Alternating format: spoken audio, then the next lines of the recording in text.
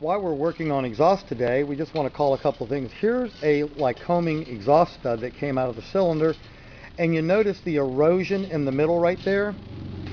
That was caused because the no-blow gasket had been put in with RTV. You didn't get a good uniform seal. Hot exhaust gas ran out and began eroding the stud. And luckily we were able to get it out of the cylinder without breaking the stud. If we break the stud, now we're going to get a stud remover, or worse yet, we're going to have to pull the cylinder and take it to a cylinder shop. So check your exhaust every year.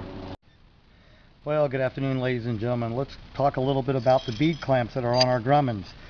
Your bead clamps should look like this. Notice these have a little stainless steel gasket built in each half, so when they go together you get a nice inner seal. These bead clamps, which were on a Grumman, should actually be on a Cessna. So if you've got these, you want to get these. Fletcher has these. And while we're here, make sure your no-blow gaskets are in good shape. We're having to replace these. Also too, the bead clamp hardware, these are AN3 C4As. The C stands for stainless steel, and as you can see, this one's all rusted and corroded.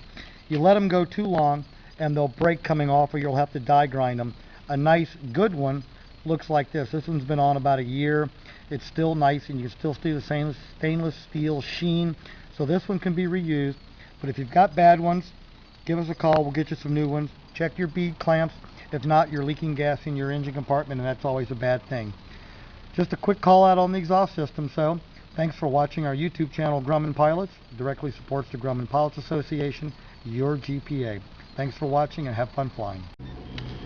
So this is what we mean by the hardware going bad. Notice those bolts have gotten so they're so paper thin, a socket will not even fit on them, so we can't get them off the airplane. So we've retrieved the one from the other side that we could get off, and now we're going to drag this over to the die grinder and we're going to mechanically remove them. So don't let them get in this bad of shape. Take them off every year and inspect them. Do it properly. You'll find you'll get a lot more wear out of your muffler system in total. Here we go. Well, good morning, ladies and gentlemen.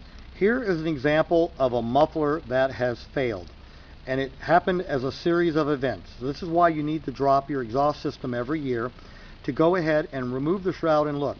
What happened in this particular muffler was there's no flame tube.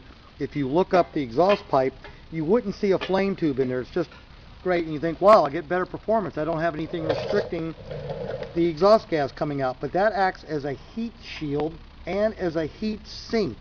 And when it fails, this is what happens to your muffler, and then eventually it will blow out, and then you'll have very hot gas cooking your engine compartment, and it is never a good day for anybody involved. So obviously this exhaust was not dropped last year at annual, which brings us to our second part to talk about. As part of removing the exhaust system, we found out that the nuts came out on the studs on one cylinder, so we brought both of them out. Now we do have new studs you can put in, but Lycoming, this is a Lycoming exhaust nut, and you'll notice that it has a washer built into the top of the ring. This is an STD 1410 standard Lycoming part. We're going to be using two of these on an exhaust stud just like this to run the exhaust, the new stud, up into the cylinder. The good thing for this customer is that yes, his studs came out, but the holes are not bad, and a standard stud can go back in. We don't have to use the P2, P3, P5, or P7 oversize, and those are the expensive ones. And if they're really wallowed out, we end up having to drill the head of the boss right there and install a helicoil. So again, thanks for watching our Grumman YouTube channel. This is Grumman Pilots, and this supports the Grumman Pilots Association. Thanks for watching. Have a good day flying.